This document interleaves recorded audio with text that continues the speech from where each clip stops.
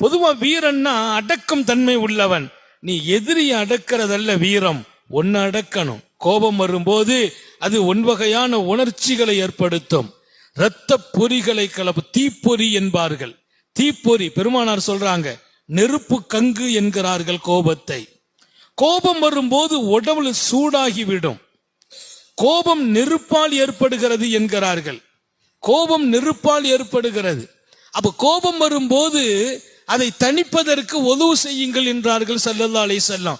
கோபம் வந்தா எதுக்கு உதவு செய்யணும்? அந்த சூட்டை தணிக்கும். நீங்க உதவு செய்துட்டு வாங்க, கோபம் அணைஞ்சிடும், அமிங்கிடும்.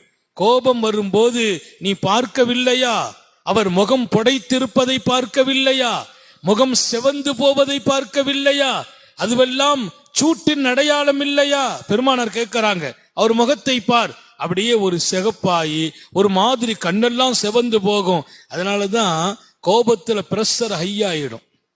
நிறைய பேருக்கு கோபத்துல அந்த பிரஷர் கூடி அவர் ஒரு மாதிரியான நிலைக்கு போய் விடுவார். பெருமானார் கோபத்தை அடக்குங்கள், அது வீரனின் அடையாளம் என்கிறார்கள் ஸல்லல்லாஹு அலைஹி வஸல்லம். இன்னொரு இடத்துல இப்படி சொன்னாங்க பெருமக்கள், கோபம் என்பது ஜுனூனுன், பைத்தியம் பல வகை. அல் ஜுனூனு ஃபுனூன், பைத்தியம் பல வகை, அதில் கோபமும் ஒரு வகை என்றார்கள்.